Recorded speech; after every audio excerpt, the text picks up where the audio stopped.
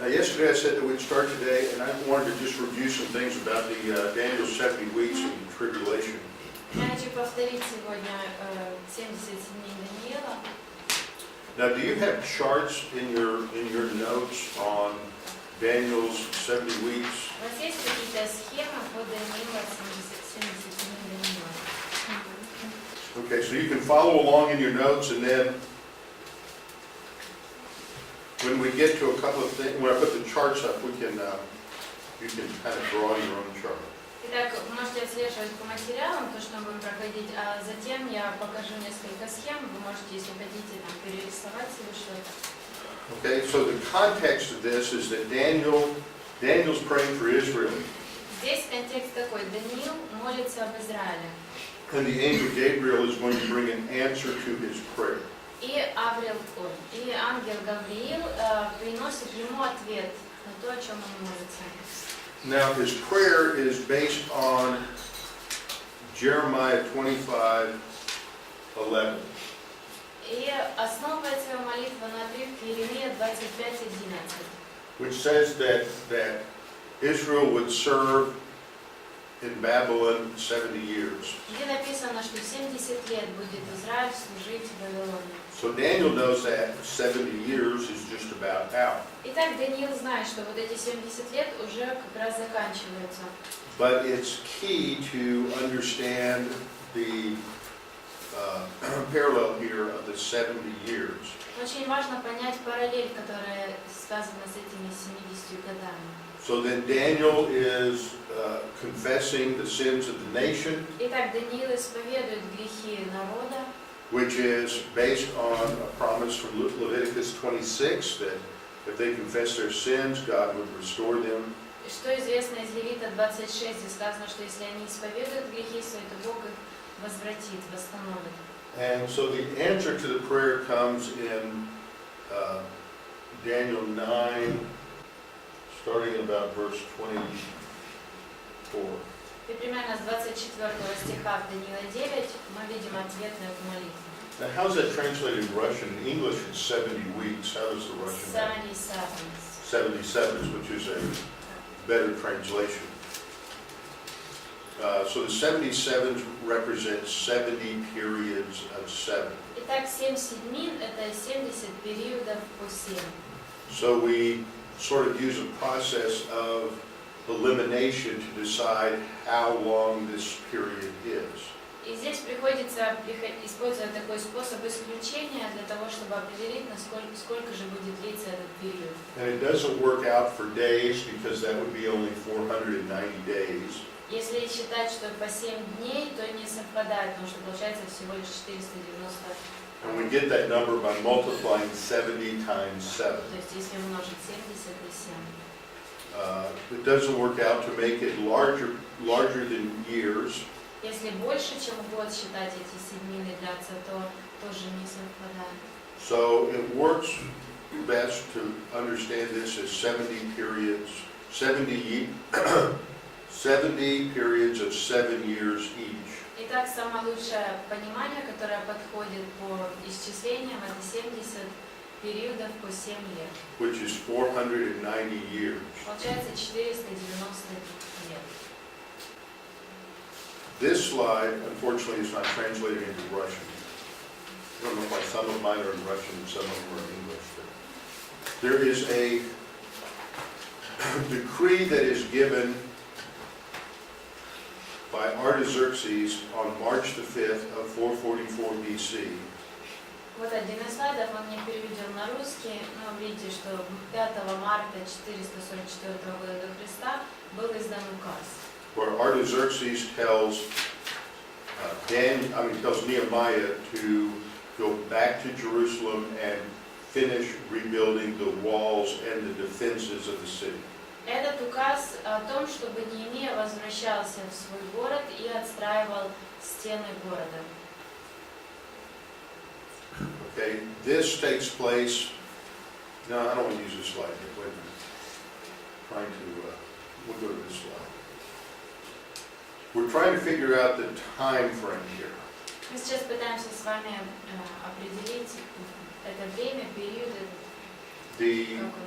the period of time, see, I can't, is in Daniel 9:27 says what?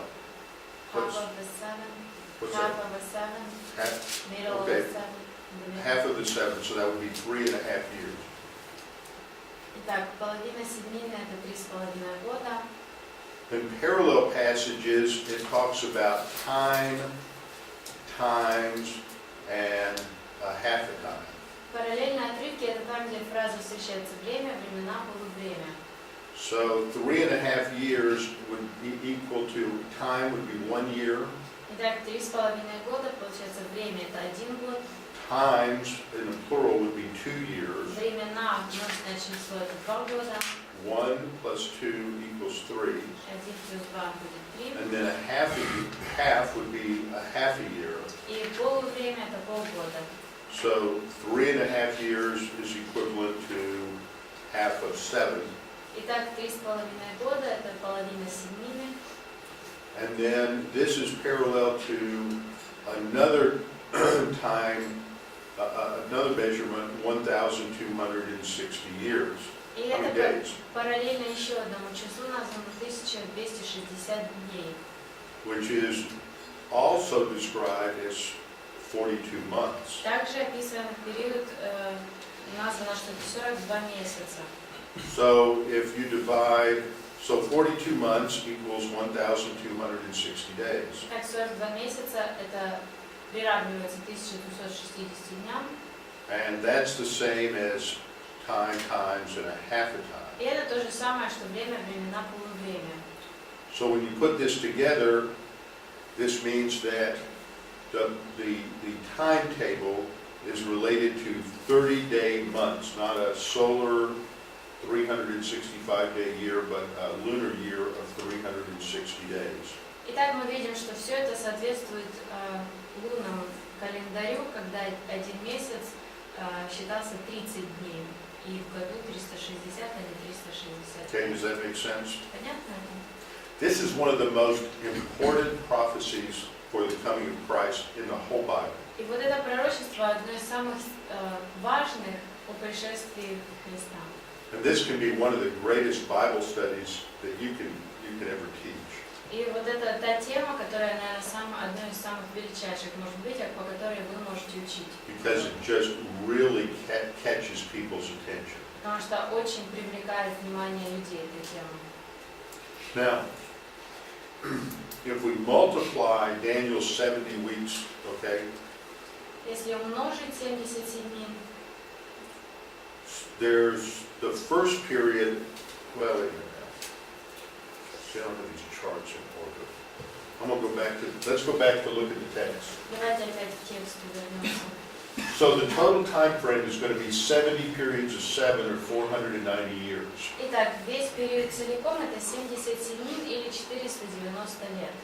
And this is specifically stated to be for your people and for your holy city. И сказано, что это период этот определен для тебя, твоего народа и святого города твоего. Now that's important because some people try to apply this to the church, or they might think that Rome is the holy city, but it says your people, your holy city.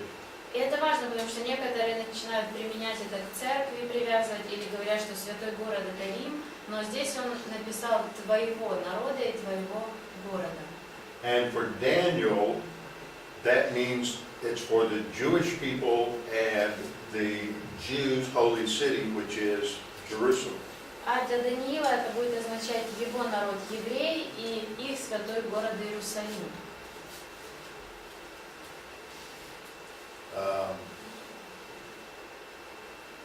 Then the purpose for this 490 years is to accomplish 6 things. И затем перечислено 6 пунктов того, что должны достичь эти 70 седмин.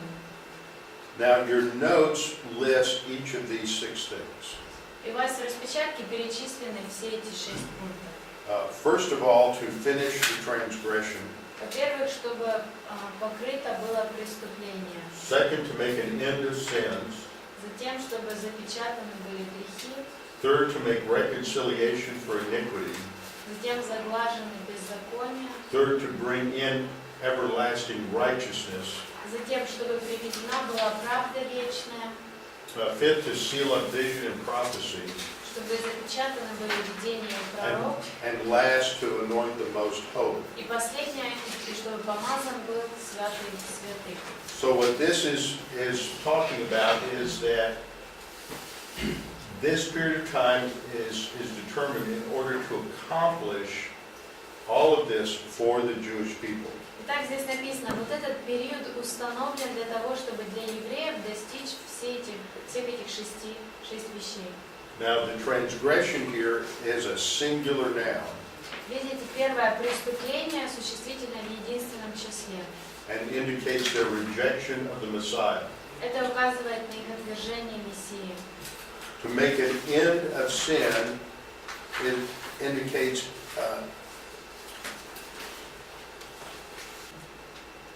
the idea is to seal, which is how the Russians translate it, Идея такая, действительно, там в глаголе запечатать, как в русском. which brings the idea of bringing completion or closure to something. И это несет такую идею, что завершение наступает чего-то. Закрытие, завершение чего-то. Okay, so it's going to bring this seal up or bringing closure to the sins of the nation. То есть запечатаны, завершены, закрыты грехи. And whereas the first statement related to their sin of rejecting the Messiah, this refers to their personal sins in not attaining to righteousness. Если вот первое слово в единственном числе преступления, речь идет о их отвержении Мессии, то в данном случае грехи – это их личные грехи из того, что они не ищут праведности, не исполняют праведность. And then the next is translated to make reconciliation for iniquity, but it literally is the Hebrew word kafar, right here, which indicates to make atonement for sin or for transgression. И заглажены беззакония, заглажены, там опять это слово кафар, которое непонятно как переводить. У них примирение за беззаконие, то есть Now, примирение за беззаконие. how does the Russian translate kafar? It's different every time. We There's, don't have one specific way to translate it. Okay. there have been there's a lot of debate over this word. Очень много ведется дискуссий по поводу этого слова кафар. It's a word that has often been translated to cover. И часто переводят это слово, переводили покрывать. But if we look at the Septuagint, Но если посмотреть Септуагинту, many times it's translated with the Greek word katharos, or the verb katharizo, to cleanse. то часто там переводили его в Септуагинте глаголом катаризо, то есть очищать. And it really speaks of the need to be cleansed from sin. И действительно идея такая о нужде очищения от греха, от греха. And that's what's depicted in the Day of Atonement. Именно это представляет и день особый, который у них был, день But the Day of Atonement doesn't make a completed covering for sin or cleansing for sin. Но вот этот день искупления, он не давал им полного покрытия грехов, очищения от грехов. It was repeated every year. Им приходилось каждый день праздновать, проводить этот день. So this is talking about a final, complete cleansing that is applied to the nation for their sin. Итак, здесь говорится о уже полном очищении по отношению ко всему народу и греху. And this leads to the fourth part, which is bringing in everlasting righteousness. Это подводит нас к четвертому пункту, чтобы приведена была правда вечная, праведность. Where rather than having a sinful world, there will be everlasting or eternal righteousness. Итак, вместо грешного грешного мира будет вечная праведность. So this brings in the idea that at the end of this time is when the kingdom will come, which is a time of perfect righteousness. То есть здесь идея такая, что в конце этого периода придет царство и наступит эта вечная праведность. And this will lead to the conclusion of vision and prophecy. И это приведет к тому, чтобы запечатаны были видения и пророк. See, this is the same word that's used earlier in terms of bringing an end of sins. It's the same in Russian, sealed. Yeah, it's И здесь, там, и в иврите тоже одно и то же слово, там у нас запечатаны грехи, здесь запечатаны. So it has the idea of bringing a conclusion to the prophecies. То есть здесь идея привести к концу, к завершению пророчества. And then the final part is establishing a new eternal temple. И затем последняя часть, чтобы был установлен новый вечный храм. So there's this is what will be accomplished during the 70-year period. Итак, вот какие цели должны будут быть достигнуты за вот этот период 70 дней. Okay, now let's look at the basic breakdown of this time period, which is what we see in verse 25. Давайте посмотрим, как на какие периоды разбит этот целый период, начиная с 25 стиха. The 77 begins with a command to restore and build Jerusalem. Вот этот 77 начинается с повеления о восстановлении Иерусалима. And see, this is further described as, the street will be built again and the wall. И дальше описано, что в то время отстроятся улицы и стены. Okay, it has the idea of rebuilding the street. Has to do with commerce, trade within the city. То, что говорится отстроенные улицы, это связано с торговлей. How's that translated in the Russian? Streets. Street. Okay, and the wall indicates the defenses of the city. А стены говорят о защите города. So what happened under the initial command from Cyrus and others for the Jews to go back is they had begun the construction, they had finally finished the temple, but the city's defenses and economy was not complete.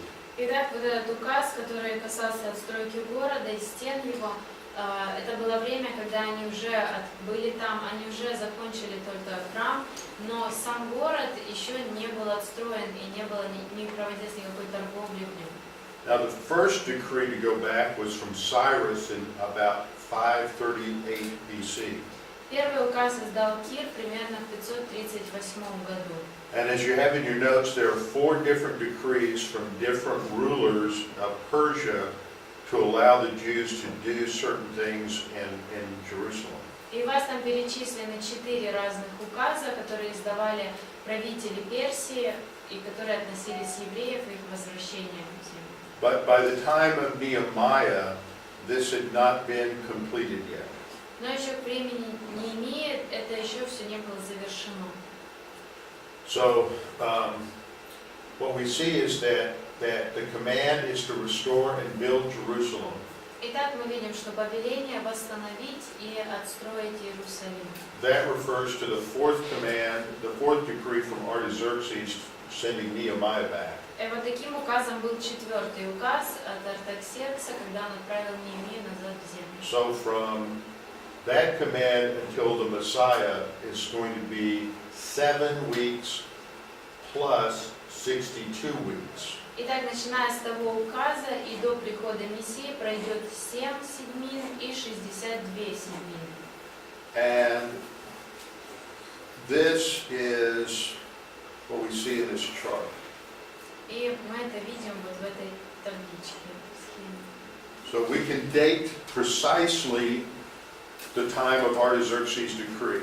Итак, мы можем точностью назвать дату этого указа от Артаксеркса. which was on March the 5th of 444 BC. Издал он его 5 марта 444 года до Христа. Now, we really don't know precisely what happens at the end of the first 7 weeks, which is 49 years.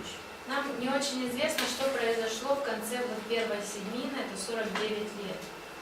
This may indicate something about how long it took to rebuild after the temple, but we can't say for sure what that indicated. Возможно, этот период отделен, эта седмина отделена, потому что это столько времени у них ушло на отстройку города, но с точностью сказать мы не можем.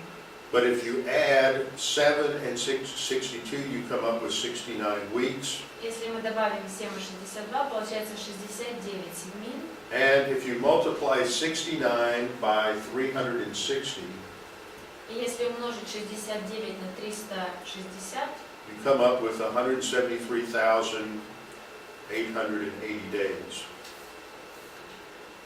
то получается 173 880 дней. So this comes out to, this is a shortened time. Это короткий период времени. This is when the Messiah is cut off. Это период назван, когда Мессия предан смерти.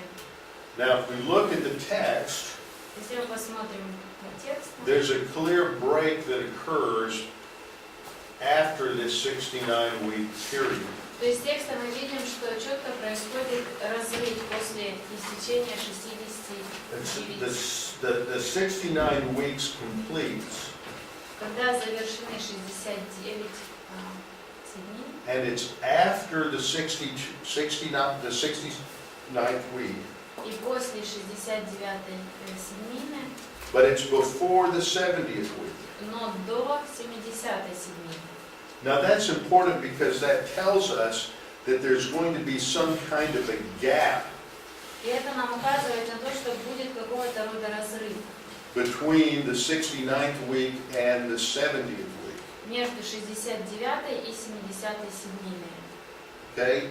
And during this time of the gap, that's when the Messiah is cut off after the 69th week. И по истечению 69 седмин, вот в этот промежуток Мессия предан смерти. And it's during this time that we know that the temple was destroyed in AD 70. Мы знаем, что в это время храм был разрушен в 70 году. And then the next verse talks about what begins the 70th week. А затем в следующем стихе говорится о том, с какого момента начнется 70-я седмина. So there's this indeterminate amount of time between the 69th week and the 70th week. Итак, появляется пропуск между 69-й и 70-й седминой неопределенный. But what's important to understand is, and this is really key, is the purpose for the 70 weeks is for Israel. Но что важно понять в этом, это то, что вот эти 70 седмин предназначены для Израиля. So the purpose of the last week is going to be of the last 7 years is to have something to do with Israel. Итак, и 70-я седмина должна относиться к Израилю. It's not related to the church. Она не относится к церкви. And so this is one of the reasons why I believe in a pre-tribulation rapture is that the church has to be removed before the final 7 years for Israel take place. Это одна из причин для меня верить в восхищение, что восхищение произойдет до скорби, потому что последняя седмина предназначена для Израиля. Because that last time period is not focused on the church, but it's focused on Israel. Потому что в центре этого последнего периода будет Израиль, а не церковь. And in between you have the church. А между этими периодами находится церковь. So what happens is the church is going to be raptured. Итак, церковь будет восхищена. And sometime after the rapture, И спустя какое-то время после восхищения, I'm going to change this slide just a little bit. Because the rapture doesn't start the tribulation. Потому что само восхищение не является точкой начала скорби. What starts the tribulation, we'll see, is the prince who is to come signs a treaty Мы увидим с вами, что with перед Israel. скорби начинается с заключения договора между грядущим князем. So there's a gap between the rapture and the actual beginning of the tribulation. То есть есть тоже разрыв между восхищением и началом периода скорби. The church is going to be in heaven, Церковь будет на небесах, and we're going to see the, I don't understand what that says. Judgment seat of Christ, The judgment seat of Christ, wedding of the Lamb in the heaven, marriage of the Lamb, and the, salvation of those okay, for those who enter the millennium. and the salvation of those who enter the millennium. Now, I think that the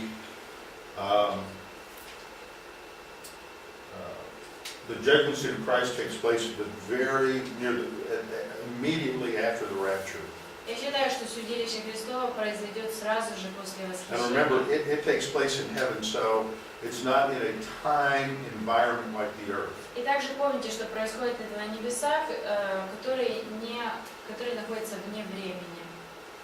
So we can't talk about how long or how short it lasts because it's not subject to the laws of time. Итак, мы не можем сказать, сколько времени это займет, потому что это не поддается законам времени.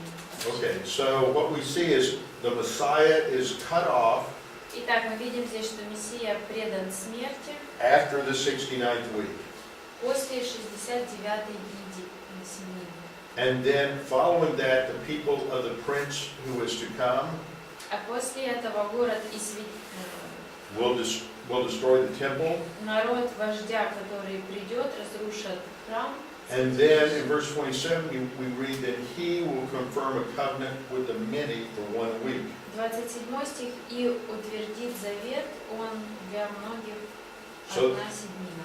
That's the covenant that begins the 70th week.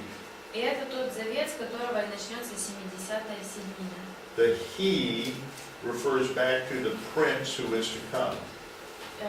Утвердит, этот глагол относится к вождю, который придет. And that's a reference to the Antichrist. И этот вождь — это Антихрист. And he makes this treaty with Israel which will last for 7 years. И он заключает договор с Израилем, который заключен на 7 лет. And then in the middle of that week, he ends the sacrifice and offering. И затем посреди этой седмины он положит конец жертвам и приношениям. So what happens is that during this time, there's going to be a new temple, a third temple. Итак, в этот период мы видим, будет присутствовать третий храм. That temple is going to have the daily sacrifices and offerings. И в этом храме будут приноситься ежедневные жертвы и приношения. In a sense, it's an apostate temple И по сути это храм отступничества. because the Jews haven't been worshipped, they haven't accepted Jesus as Messiah. Потому что евреи не приняли Иисуса своим Мессией. So they're trying to apply the law. Итак, они пытаются применять закон. And halfway through, what happens is the Antichrist stops the sacrifices in the temple. И посреди этого периода Антихрист прерывает приношение жертв и And then he does something, creates something that desecrates the temple. а затем он совершает что-то, что оскверняет храм.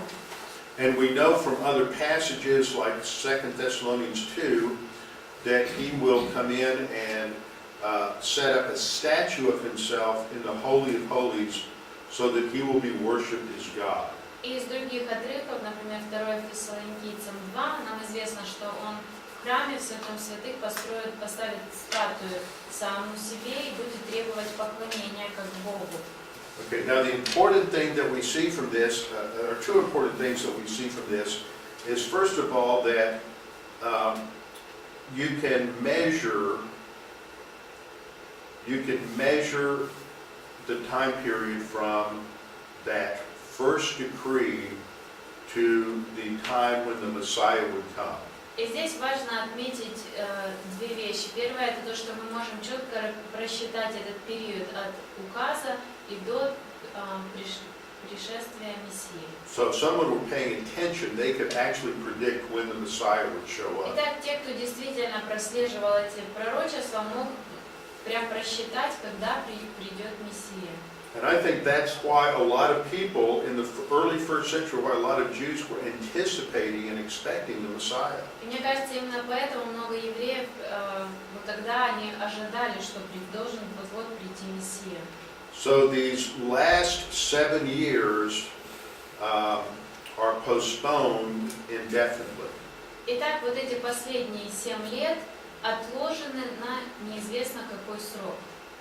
And then that becomes, based on Daniel 9:26, that becomes the period of the future tribulation.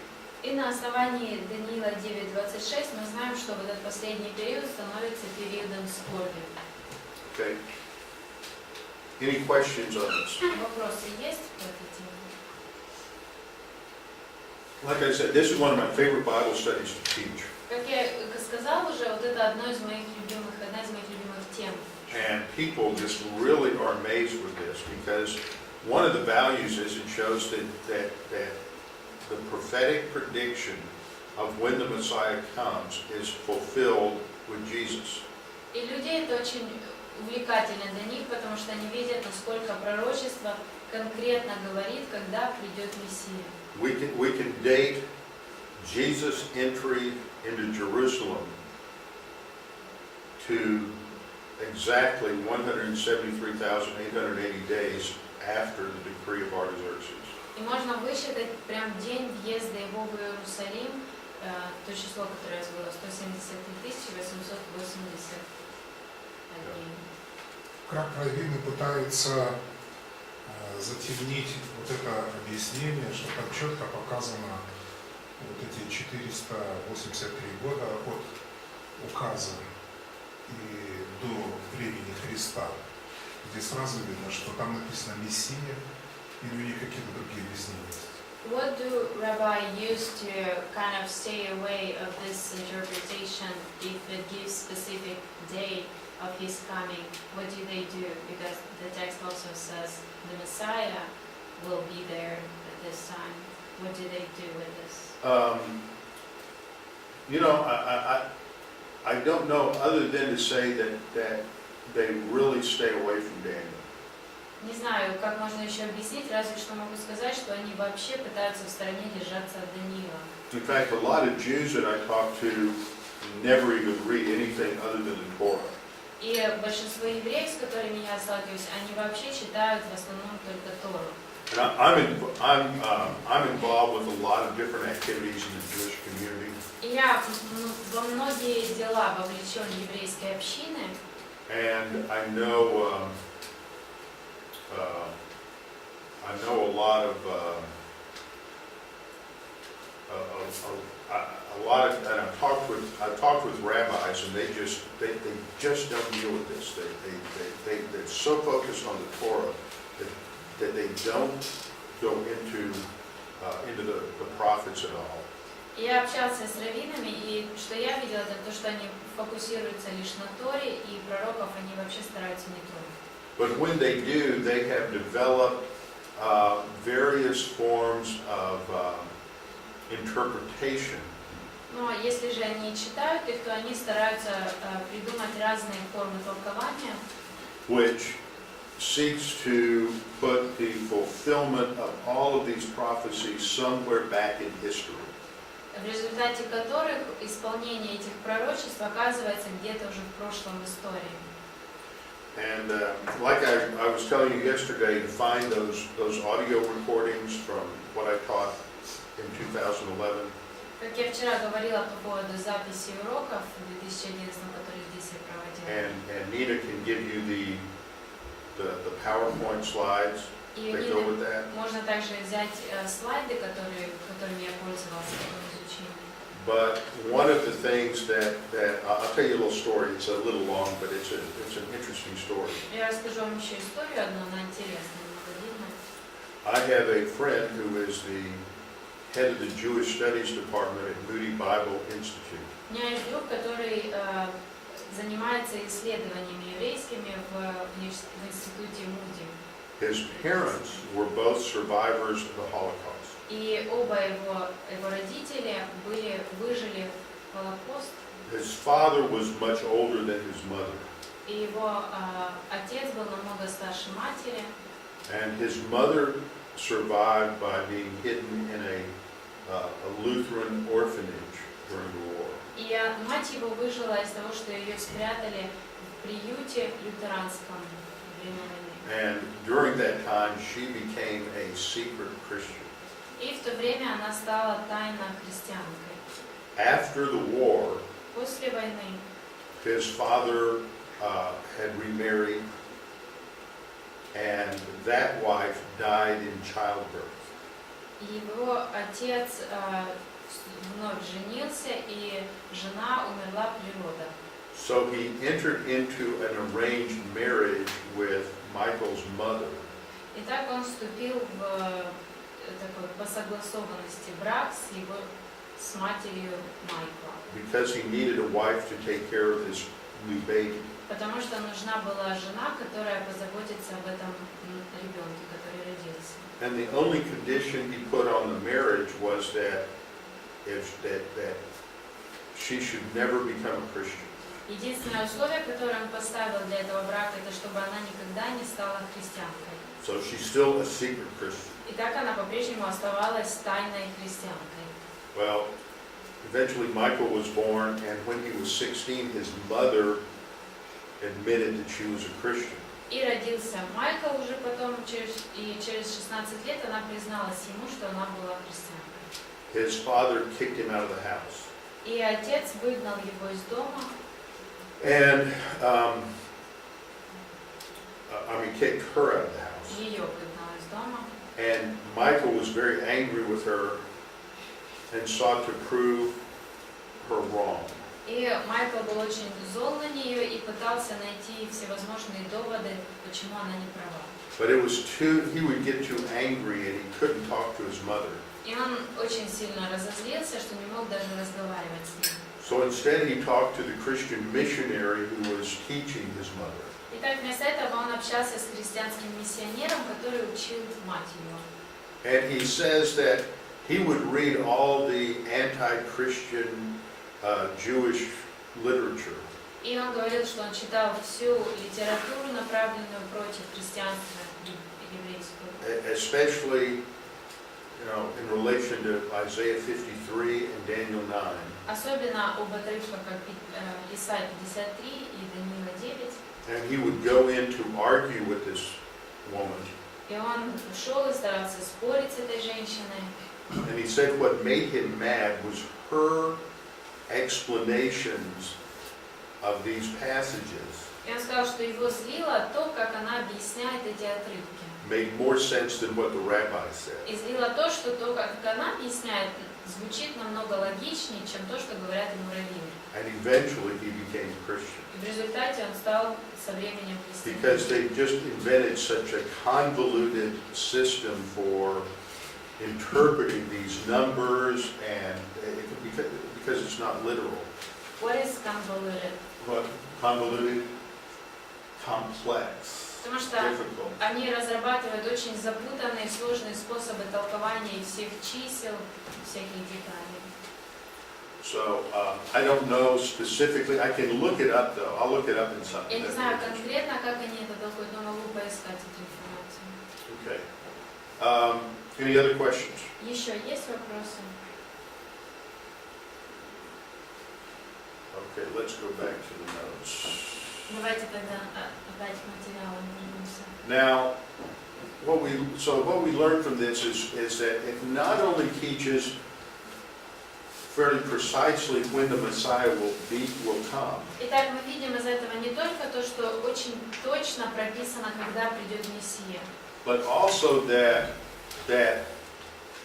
part of what was the time, but a time period decreed for the Jews is postponed till sometime in the future. но также мы видим, что и один из отрывков времени, который предназначен для евреев, он отнесен на какое-то время в будущем. Okay, now let's skip ahead. We covered the church yesterday. Теперь давайте дальше пойдем. Церковь мы с вами вчера разобрали. Let's skip ahead to the section on the pre-tribulation rapture. Давайте перейдем к части о предтрибуляционном восхищении. Now, did you spend time studying this and reading this last night? Вы вчера читали эти материалы? Okay. Does anybody have any questions over anything? У кого-то были вопросы по тому, что материал? No? Не было? Okay, I want to just add a couple of comments Я хочу лишь добавить несколько комментариев. that may help a little bit. Могут немножко помочь. Okay, I want to look at a passage that's not in your notes, I don't think. Хочу разобрать отрывок, которого нет, я так думаю, у вас в распечатках.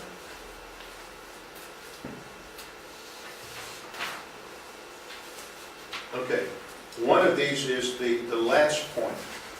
Последний пункт, Point number 7, that there's no reference to the church 7 пункт, что о церкви in any tribulation passage. не говорится ни в одном из отрывков, которые оспорены.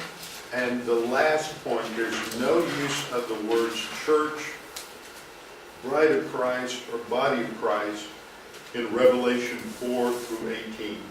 И также то, что не упоминается ни церковь, ни тело Христово, ни невеста Христова в Откровении с 4 по 9.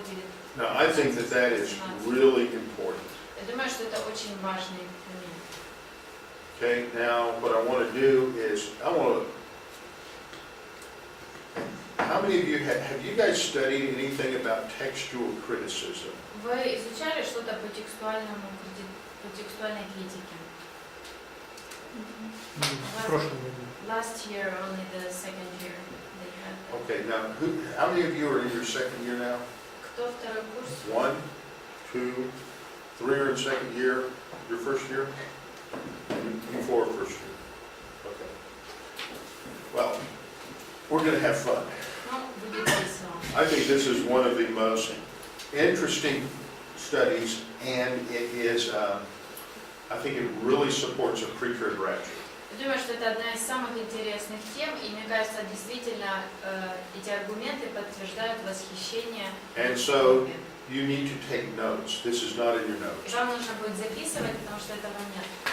And this is a little complicated. Вот. Complicated. И эта тема немного сложная. Now, the scene is in heaven in Revelation 4 and 5. Откровение 4 и 5, там описана ситуация, которая происходит на небесах. The scene in Revelation shifts to heaven. И здесь переходит ситуация на небеса. And we have a scene of God upon His throne. Здесь описана такая сцена, Бог сидит на своем престоле. And He is surrounded by two groups, or actually technically 3 groups of people. И его окружают Not people, 3 groups. 3 группы. Okay, you have the 4 living creatures. Есть 4 живых каких-то зверя, существа. You have the angels. Есть ангелы. And you have a group called 24 elders. И присутствует группа, которая названа 24 старца. Now the scene starts off with with God the Father sitting on the throne, holding a scroll. И вот эта ситуация начинается с описания Отца, который сидит на престоле и держит свиток. Now the scroll is sealed with 7 seals. И этот свиток запечатан 7 печатями. And a strong angel, a powerful angel comes out and says, "Who's worthy to open the scroll?" И приходит сильный ангел, который говорит, кто достоин снять печать. Now the scroll, this kind of thing would indicate something like a title deed to the earth. What's the title? Title deed, when you own something, you're given the title to it. You're given ownership papers. So, The scroll would be the legal documents for ownership of something. Итак, этот свиток будет как юридическим документом о том, что кто-то чем-то владеет. And so they're looking for someone who can open it, which indicates someone who is worthy to take ownership of the earth. Итак, они ищут кого-то достойного открыть этот свиток, то есть, другими словами, того, кто возьмет на себя владение.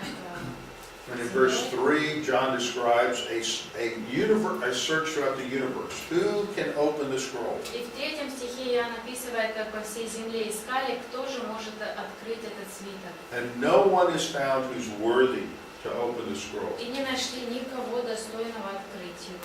To open it, to read it, or even to look at it. Даже посмотреть на нее, не то чтобы открыть. And the scene is so intense that John breaks down weeping because no one can open the scroll. И ситуация вся настолько напряженная, что Иоанн начинает плакать из-за того, что нет никого, кто мог бы ее раскрыть. And then one of the elders comes up to him and says, "Don't despair. The Lion of the tribe of Judah has prevailed to open the scroll." И затем один из старцев говорит ему: не плачь, вот лев от колена Иудина, корень Давидов, может раскрыть эту книгу. And so John looks.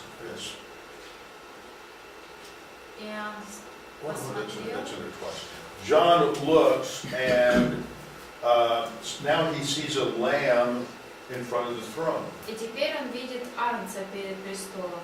And of course, the lamb is the Lord Jesus Christ. Конечно же, агнец — это Господь Иисус Христос. And the lamb takes the scroll from the right hand of God the Father on the throne. И агнец берет этот свиток из правой руки Бога Отца на престоле. And when he takes the thing, the whole place just erupts in praise. И как только он берет в свои руки его, то все, кто там присутствует, начинают прославлять его, хвалить его. And the 4 living creatures and the 24 elders fall down to worship the Lamb. И 4 животных и 24 старца пали пред агнцем. And in verse 9 we're told they sang a new song. 9 стих: и пели новую песню. To whom does the they refer? Кто вот это они и поют, кто поют? Okay, it's going to refer to both groups, the 24 creatures, the 4 creatures and the 24 elders. Глагол относится к 4 животным и 24 старцам. And here are the words of the song. И вот слова их песни.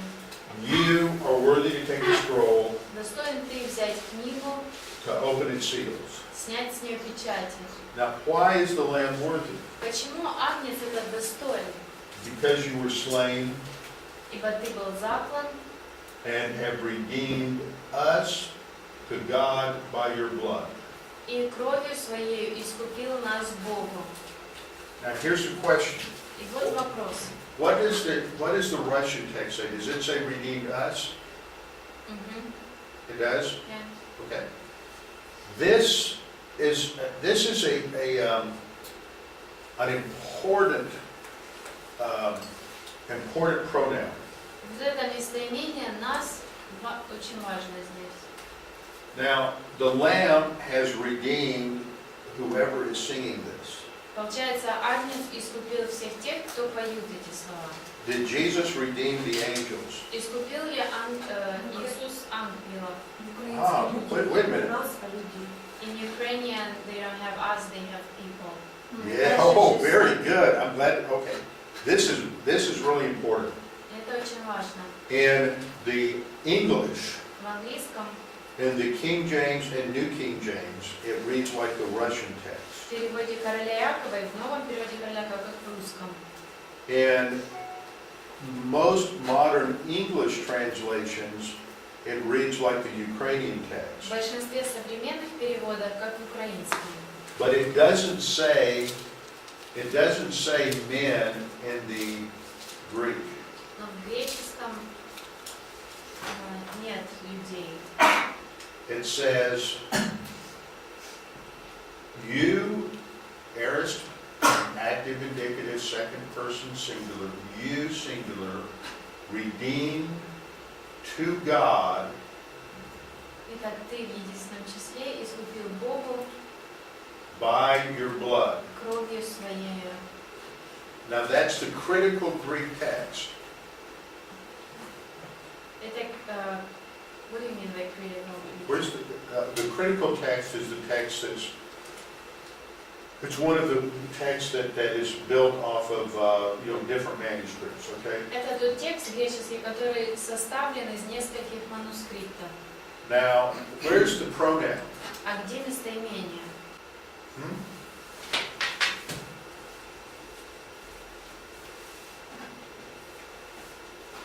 See, you have your Greek, when you have your Greek New Testament, the critical text is the one that has the notes at the bottom, and the UBS text is sometimes called the critical text. То есть критический текст, греческий, имеется в виду текст, который составлен на основании нескольких манускриптов, и обычно есть сноски по всем вариациям. Now, I don't know if you know this or not, but there's a lot of debate over how to handle some of these textual variants. Я не знаю, известно вам или нет, но много ведется дебатов по поводу того, как же воспринимать разные варианты, разночтения. The critical text has chosen to say that the pronoun us is not part of the original text. И вот в этом критическом тексте пришли к такому выводу, что местоимение нас отсутствует, должно отсутствовать. But there's only one ancient Greek manuscript that doesn't have the word us in it. Но лишь один манускрипт древний есть, в котором нет нас. All of the other ancient Greek manuscripts have the pronoun us in there. Во всех остальных манускриптах древних есть это местоимение. But the problem is that modern scholars and other scholars have said that doesn't make sense. The angels can't sing, "You redeemed us." Но современные ученые сказали, это не может быть правдой, потому что ангелы не могут петь «Ты искупил нас». So because of that, they decide to go with one manuscript that doesn't have the pronoun us. Итак, из-за этого было принято решение придерживаться вот этого одного манускрипта, в котором нет местоимения нас. But I believe the pronoun us should be there. Но я считаю, местоимение это должно быть там. In the majority of Greek manuscripts, В большинстве греческих манускриптов let's see if I can find it.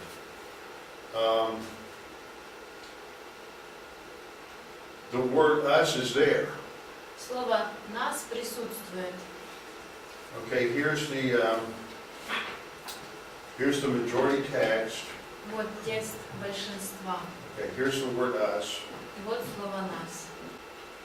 See, it says, what happens in the ancient manuscripts is you have to God us, Вот здесь показано, что в разных манускриптах. Бог and нас. that's in all of these И manuscripts. перечислены все манускрипты, в которых такой вариант. But then some other corrected versions of the majority text have us to God. Затем показано исправленный текст большинства, где Some manuscripts just have the pronoun нас us. Богу, в некоторых лишь нас. And see, it lists only one manuscript. И есть лишь один манускрипт, Codex Alexandrinus, Александрийский that кодекс, just has to God, no в us. котором лишь Богу без нас. Now, here's the solution Вот решение, that is going on here. которое мы видим здесь. You have a choir before the throne of God. Вот мы наблюдаем, как хор поет престолу Божьему. Now, the 24 elders are described in chapter 1 as having received crowns that are thrown before God. Перед этим описано, что эти 24 старейшины получили короны.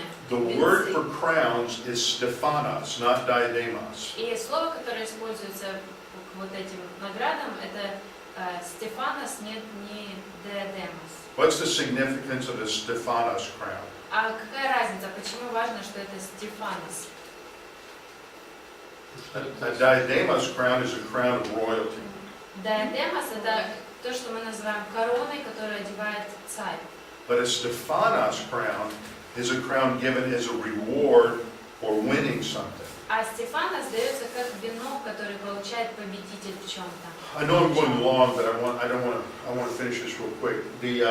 So the 24 elders have received rewards. Итак, по сути, мы видим, что эти 24 старейшины получили награды. So that indicates that they're probably church-age believers. Итак, это нам говорит о том, что, скорее всего, это верующие века We'll церкви. come back after the break, but here's what I think is going on. И вот что я считаю здесь происходит. You have two choirs in front of the throne. Перед престолом два хора. One of the 24 elders, which are church-age Christians, Первый – это вот эти 24 старейшины, верующие века церкви. and the other are the four living creatures who represent the angels. А вторая группа – эти 4 животных, которые представляют ангелов. They are singing, they're not singing together, И они не поют вместе. they're singing antiphonally. И они, как это называется прием, Анатолий? The church-age believers sing praise to the Lamb because you have redeemed us. Верующие века церковь, они поют «Ты достоин, потому что Ты искупил нас». And then the angelic choir says, praising God says, and then we have another pronoun problem, you have made them kings and priests to our God. А затем группа ангелов поет «Ты сделал их царями и священниками Богу нашим». Там еще одна проблема с местоимением. Okay, we'll come back and we'll go over this again. Но после перерыва мы еще раз разберем это.